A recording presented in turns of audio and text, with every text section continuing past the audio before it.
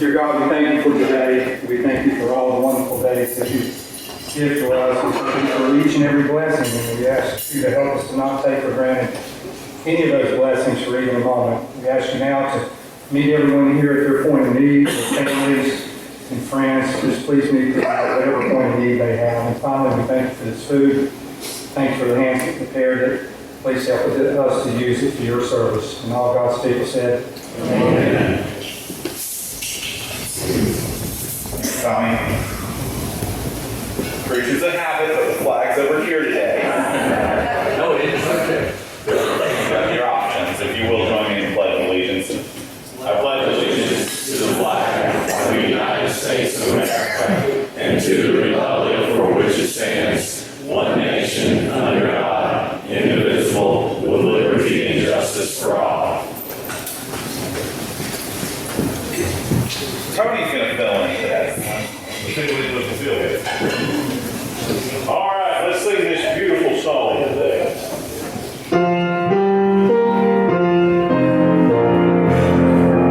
Oh, beautiful for spaciousness, forever waves of rain, for her mountains majesty, love of the fruited rain,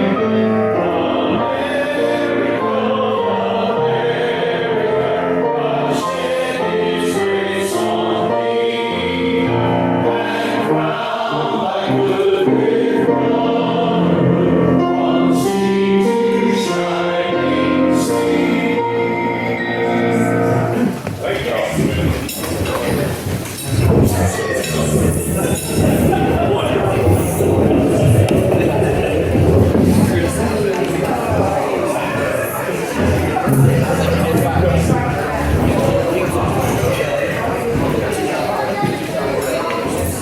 I've got to tell a little story here, and then I'll call on Joe Clark and talk to Joe Zach. So he sat down and still had pulled up God Bless America, and he was all ready to play. And then he looked at it and realized it was America the Beautiful. And I said, well, I want you to play it in the key of B flat minor. He's like, I don't even have the right song. So that was lovely to stuff. Sergeant Robert Joseph, do we have any visiting Rotarians with us? Next day, we have Okay, I know we've got a couple guests. We'll start over this side. Pete. My pleasure to introduce Dr. Quincy Williams, the new superintendent of Thomasville City Schools, and was a former member in High Point Rotary Club and would like to be a member of here as well.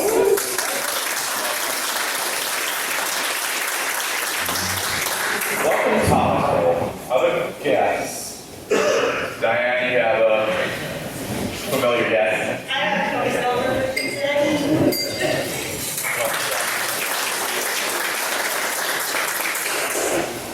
Your usual. Sydney, everyone, give her a round of applause. She's coming on to work with us here.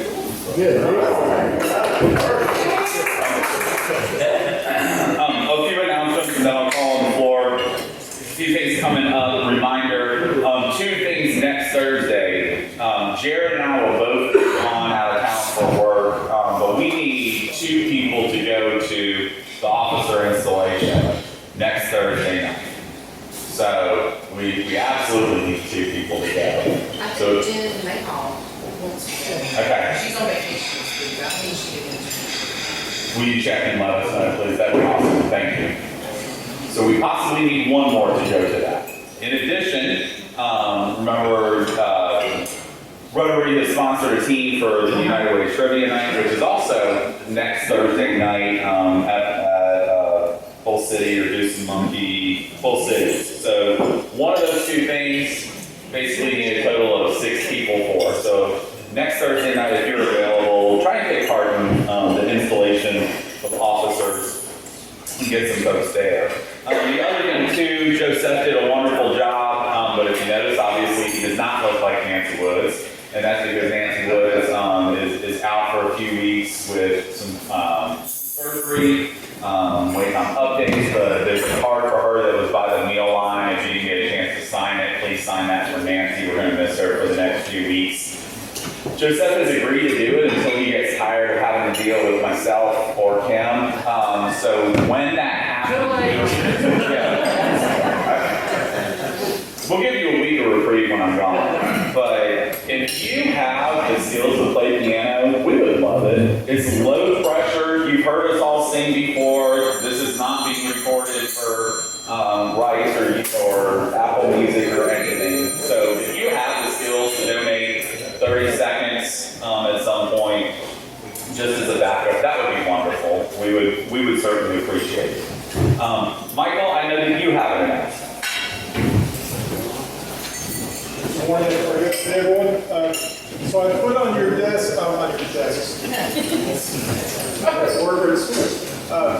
There's going to be a community meeting next Tuesday at 6 p.m. at the Ballpark Community Center for a discussion of homelessness in Thomasville. This has been an ongoing discussion. I'm sure some of you have had and have interest in, either because you serve the homeless or those in crisis, or you have seen them in the community and they are causing issues for you. So we're going to host a meeting with Davidson Medical Ministries and also DC Connect, which is the umbrella organization for Davidson County that are addressing homelessness.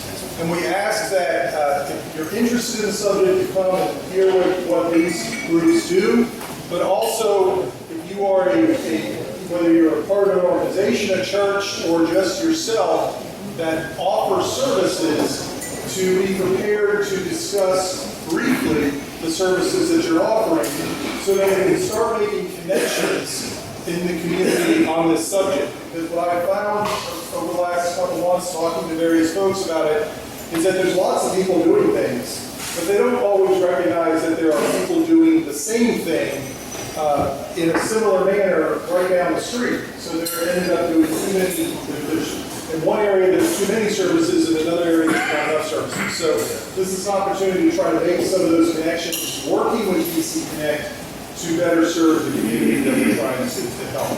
So that's next Tuesday, the 18th, 6 p.m. at Ballpark. Thank you. Thanks, Michael. I'll sit. I didn't see Larry come in, but next Thursday is a big day, so you can go. You can donate blood between 1:30 and 6 o'clock. Then you can take your cookies and crackers and eat them on the drive over to the officer installation. So, a lot of things happening next Thursday. Other announcements from the floor?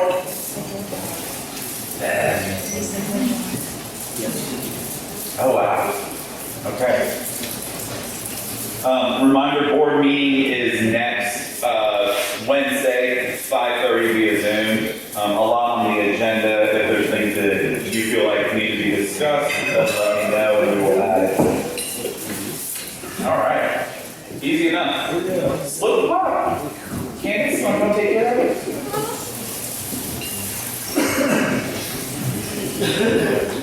So I made sure the bucket was empty, but you guys really didn't put in a lot. So we have $163.50. That would be the split today. This is ticket number 153. 153. Tom and Holly. 33615. You're right in front of the wrong park, bro. Good luck sitting over there.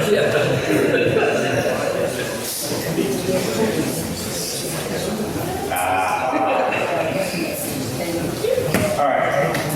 Thanks to everybody who brought in items for CCM today. It's in the back of the room. Before we do the four-way test and everybody dismisses, after we've got Cameron coming and doing our presentation here in just a moment, we would like to take a picture. Again, as we continue to do things throughout the community, we want to spread what Rotary does. We also want to work and collaborate with other organizations in the community. So if you will, just indulge us for a picture after the program, but before the four-way test. So at this time, I'll go ahead and call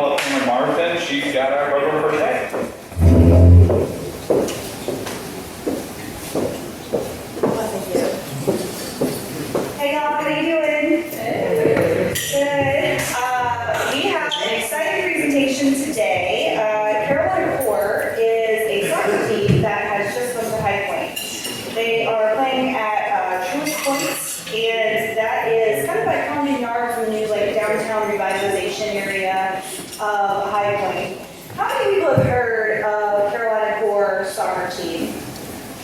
Hey, that's great. All right, good. Well, I won't venture to be as knowledgeable as our speakers today. I just kind of wanted to give you some information about the speakers that are coming up. We are honored to have John Wormling and his daughter Olivia here today. And he is the Director of Business Development from Tulsa. So we are excited to have John and Jacob Rebel here. He's going to assist John as well. So if you guys can get a big warm welcome to our High Point visitors.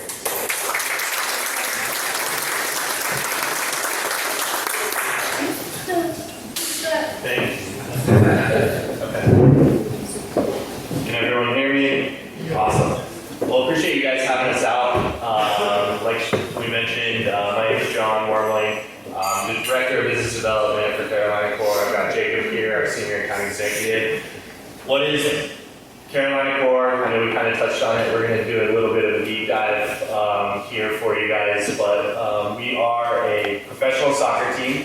So as you can see there in the middle, Carolina Corps, and then we have two logos on the outside, right? We have Carolina Corps Academy, and then Carolina Corps Youth. So I'm going to go a little bit over that as well. I saw a show of hands of people that have heard of us.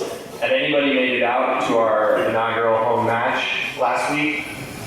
All right, so we got a lot of bodies that can come and join us. So first off, just kind of want to touch on the logo there, right? I know we mentioned I relocated from Tulsa, Oklahoma. I actually started my career out of college. I'm originally from Colorado. I started out in Reno, Nevada, and I promise you, if you name a city between here and Reno, I've probably worked there. And so when I first saw the logo, I was intrigued by it, right? I think it's vibrant, it's loud, I think it's definitely eye-catching. And right in the dead center of it, right, there's a fox. And a buddy of mine that I worked with in Tulsa actually went to High Point University. He played club soccer there and was talking to me about the fox. And apparently they run all over the Corps, right? Our president of the company, he lives near the Emerywood Country Club, and he has a fox den in his backyard, right? So the fox is there. You know, obviously we've got the sunsets here, and then the mountains, right? So we wanted to incorporate something that kind of encompasses everybody here in the Corps, and you know, take some of the aspects that it has visually and geographically, right? So our teams that we play with, I know I mentioned that we have 3 different kind of buckets that we play in. So MLS, Major League Soccer, is the top of the pyramid here in America, right? So think about it, show of hands, any baseball fans? So think about it like Major League Baseball, right? That's at the top of it. And then you have AAA Baseball, which is essentially what we play in. It's called MLS Next Pro, so it's a huge development league. And then our academy is going to play in MLS Next. And our academy is fully funded. Currently we have a U13 and a U14 boys team. Within the next 2 years, we're going to expand that to hopefully have a U16 and U18. So under 18, under 16, under 14, under 13. And again, that's fully funded. So we have large corporate partners on the front of our jersey. We have GoForth. They help and do a little bit of their sponsorship. We kind of break it off into the academy. And when I say fully funded, I mean everything from cleats, travel, food, uniforms. So that's, you know, something that earlier when I mentioned my title, Director of Business Development, that's a little sliver of what I work on, donations for the academy and the foundation. Then we have Carolina Corps Youth. How many people here have maybe heard of Piedmont Triad Football Club, PTFC? So we merged with them to kind of, I don't want to say take over, because we're not taking over, but we're kind of co-branding. And what we're going to provide for our MLS Next Pro team, we're going to provide that all the way down to the youth, whether that's coaching development, things like that. So we'll hopefully have, you know, maybe a 6 years old right now, play in our youth system, go up to the academy, and then go up to be a pro soccer player right here in the core. Growing up in Colorado, I'm from Fort Collins, which is like the dead center north of Colorado, right near the Wyoming border. And I have two buddies that from probably U12 to U18, they commuted 3 times a week to a club in Denver, right? That's a lot of road time, that's a lot of wear and tear on your vehicle. So we're providing kind of an outlet for kids where they don't have to commute to Raleigh, they don't have to commute to Charlotte. Between us, we've actually got some kids on our academy team that chose not to stay in Raleigh and not to stay in Charlotte to come here, right? So kind of a paradox, I guess, in terms of, you know, we're trying to provide that for people here, but we're building something here in the community that people from the outside are excited about as well. So kind of looking at our ownership group, it's something that we're actually very proud of right there in the middle. Megan Oglesby is only the second female owner of a soccer team here in America. And Megan is born and raised in High Point, so she cares very, very much, you know, not only about the soccer team, but the community as well. If you've been to Congdon Yards and kind of seen that, her family leads the development there. And I would venture to guess if you see a building knocked down in High Point, 99 out of 100 of those are something that she's involved with to kind of revitalize and you know, grow not only High Point but the core in general. It's funny because when I tell people that I moved to High Point, North Carolina, they're like, "Oh, you're over by Raleigh." I'm like, "No." They're like, "Oh, you're over by Charlotte." I'm like, "No." "Have you ever heard of Greensboro or Winston-Salem?" They're like, "Yeah." I'm like, "I'm right below that, right?" So we're trying to, you know, put High Point on the map. The two gentlemen that you see on the outside, they're brothers, twin brothers, and they're Megan's cousins. So they're also heavily involved. They're from here. Then we have Ryan Burkett, David Bennett, Chase and Leah Hazelwood, who operate Go Forth. Again, big partner of ours. And then we have Mike Cran, Alex Moore. And kind of one of the other things that, you know, enticed me, we'll call it, to come work here. If you look at our ownership group, traditionally it doesn't look like what you see in a lot of sports teams here in America, right? It's diverse. And then from our ownership group, like I mentioned, Megan is the second ever female owner in North America. Our technical staff. How many people here have ever heard the name Eddie Pope? So Eddie's born and raised in High Point. Long story short, he's probably a top 5 defender that the United States has ever produced. He actually went to UNC on a football scholarship, hurt his leg, which I'm confused about this story because he hurt his leg, couldn't play football, and then ended up walking on and playing soccer.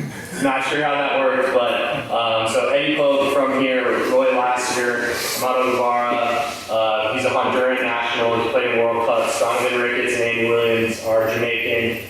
They played in World Cups. Donovan Ricketts was MLS Player of the Year. So again, our diversity ranges not only from our ownership group, but to our technical staff, and they have, you know, hundreds of accolades between them as well. And then, you know, our diversity also goes, you know, into our front office staff as well. Truist Point Stadium, so you might have heard of it as the home of the High Point Rockers.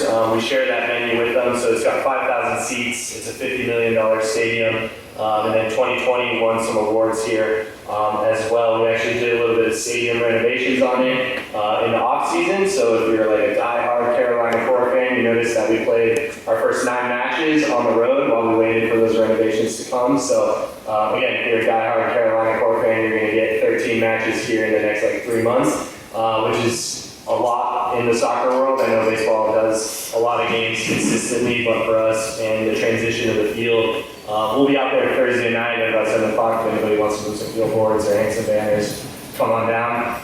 So here's a little bit of a timeline on just kind of how the organization started to where it is now. So September of 2022, City Council approved the stadium plans and the funding, and then in November 10th of 2022, the league, MLS Next Pro, announced that, I'm not going to go through everything on this timeline, but if you can see from September 7th to 2022, you know, about 2 years later, we played our first match. So there was a lot going on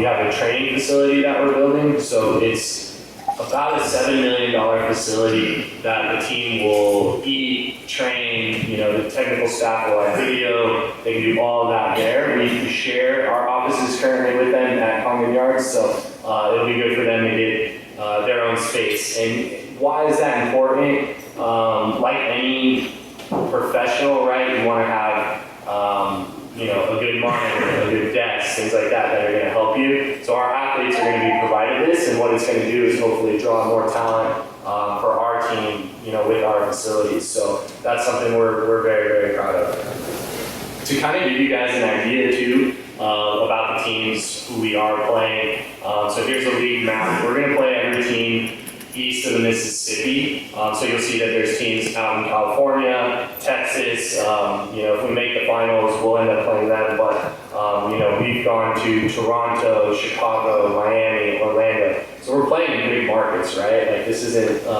you know, where they're riding on a bus for 3 hours to play somebody. You know, we're traveling long distances. There's 29 teams. 2 conferences and then 4 divisions, and then we have 3 more teams joining the league in 2025. So one of the biggest things, you know, that we're here to do, obviously we're based at a High Point, but we're right now currently in Thomasville. You know, we're looking to kind of unite the region around, you know, with the surrounding counties. And then one stat that kind of popped out to me is that there's 86,000 active soccer players and families in the Corps, and it's actually the #1 youth sport played here in North Carolina, which as an outsider, you know, you hear of Carolina, you think ACC basketball, right? So you would think basketball would be up there, right? No, wrong. You know, soccer, a lot of people are playing it. I'm sure some of you have, you know, your kids played it, if you didn't play it, maybe your grandkids, you're out at the soccer field. So that was, you know, something that definitely popped out. So like I mentioned, the training facility that we're building, these are kind of some renderings of it. We actually just laid the concrete of it, and then it has the pillars. We were out there the other day, and it's actually very, very big. I've seen it in person and on the renderings, and I can tell you, like, it's going to be big, it's going to be awesome. And that's going to be over at Phillips Soccer Park as well. Kind of an interesting stat that is, you know, our season ticket holders and kind of where they're coming from. You can kind of see here on this heat map, we're not only drawing from High Point, you know, our 2 other biggest cities, obviously Greensboro and Winston-Salem, but they account for about 50% of our season ticket holders. So we're seeing people come, you know, even from Durham, Burlington, Asheboro. We do have a couple season ticket holders that come from, you know, the Charlotte area, Matthews. So again, kind of, you know, uniting the region.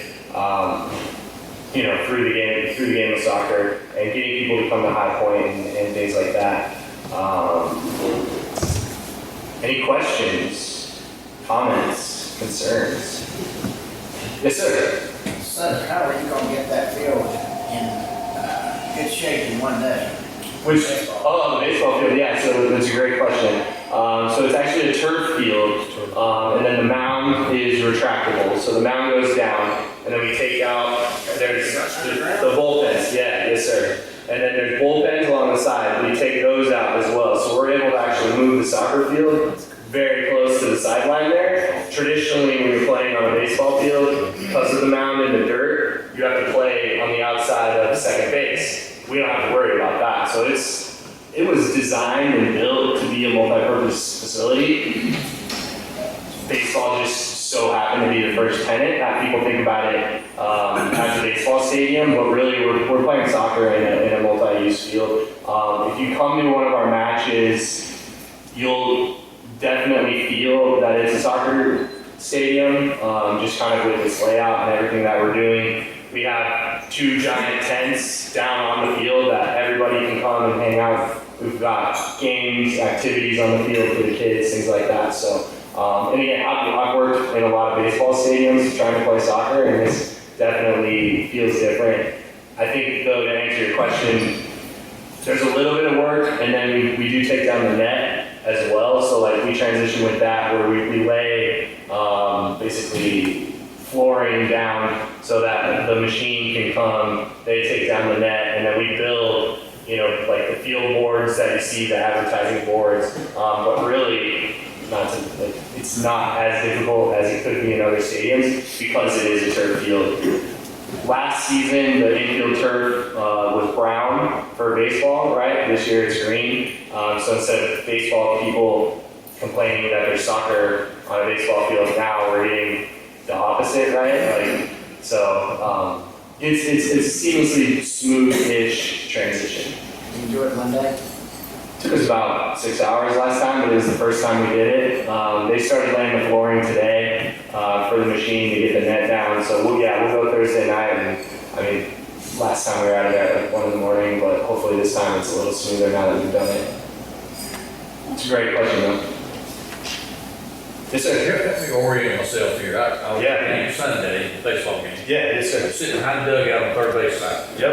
If I'm sitting right there, where, okay. One of the goals, right there. So it'll go from that, basically the third base dugout, 6 feet to the left, and then it goes all the way to the outfield, right under the scoreboard. Okay. So like I said, the field is very, very close in terms of the seating and where everybody is located. And why we call it the party on the pitch. Pitch is term for the field. We have kind of all that dead space out in the outfield. There's like a couple bleachers. And with the tents and everything, it's just not visually, like no one really stands out there. So we're able to move it closer and kind of fill the seats on that sideline, on the first base side, basically. Yeah. You made the comparison with baseball, Yeah. the hierarchy, the pyramid, Yep. Triple A's. Is there any affiliation? No, and that's a great question. So there's pros and cons to both of them. I think the pros outweigh the cons in the sense of if we have a star player, he doesn't necessarily only have one option to go up. He can go anywhere in the world, right? So if let's say you play goalie, right? And you're having a great season, you're having great games, but the goalie above you is doing the same thing and there's no room for movement. We can move players anywhere, right? The same way, we're not getting, 2 days, 3 days before a game, hey, we got these 5 guys that need minutes that haven't practiced with us all week, and then we're forced to play them, 75 minutes because their obligations to the first team, right? So yeah, no affiliation, and that was strategically done. And I get this question, again, I've lived and worked in a lot of places. We will probably, and I use probably just because it comes back to haunt me, we will probably never have an MLS team here, just size-wise, it doesn't make sense. And then we probably will never directly affiliate with the team. And again, that's strategic, for the sporting side of it. What's the relationship with Charlotte? It's decent. I mean, we've got a kid here. He's actually a U-19. He played for Liberia national team. He's from High Point. He was playing for their second team, Crown Legacy, and then we got him to come back home.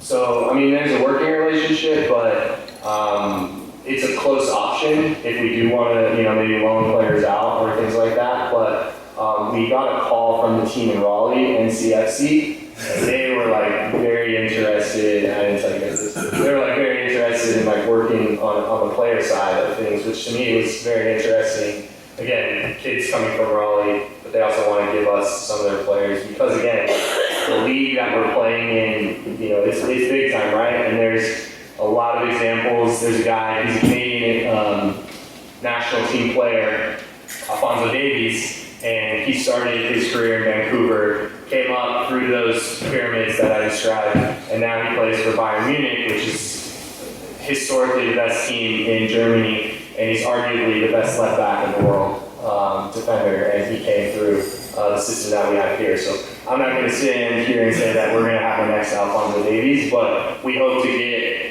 3 or 4 guys every year to that next level, and it'll take time, obviously, but develop them from 5, 6, 7, 8, 9, 10 years old, get them to the academy, get them to the pro team, get them to Europe, South America, or here locally.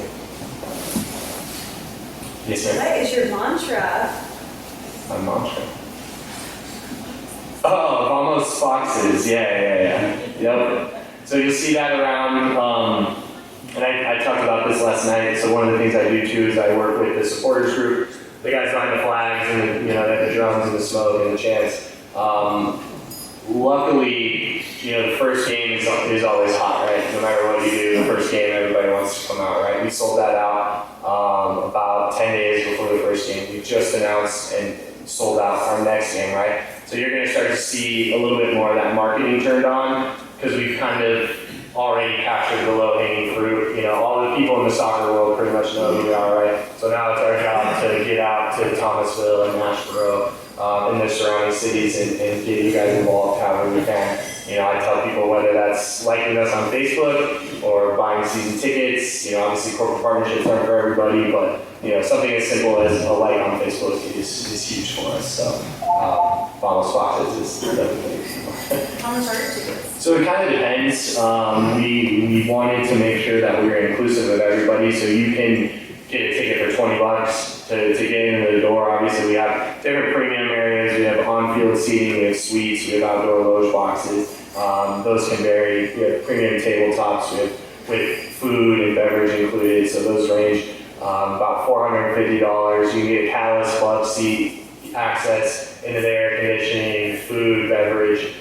Those are about $1,000 for the season. So it really does vary, and that's something that we are pretty prideful in, that we have a little bit of something for everybody, and it's affordable. You got a question for me? Yes. My mom.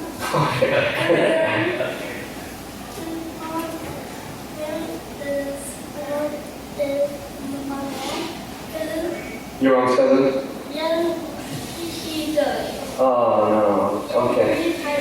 Yeah. That's Olivia, everyone. I don't want to say I messed up, but I was under the impression that we were going to be doing this presentation at Congdon Yards, and she loves to come to the office every day, right around lunchtime. Then I got back to the office, and Jake was like, "Hey, you want to carpool?" And I was like, "Carpool? I thought we were going downstairs." We're going to Thomasville, so good question though. Thank you. Anyone else? All right. Well, thank you guys so much for having us. If you guys are, have any other questions? Thank you so much.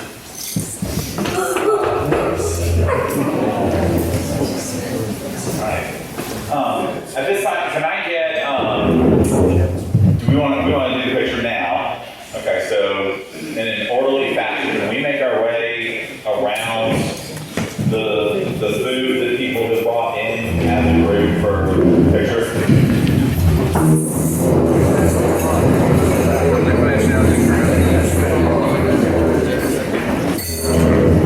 Off the light, let's respect those that have different ideals and mindsets from us, and let us also ask ourselves these things. First, is it the truth? Is it fair?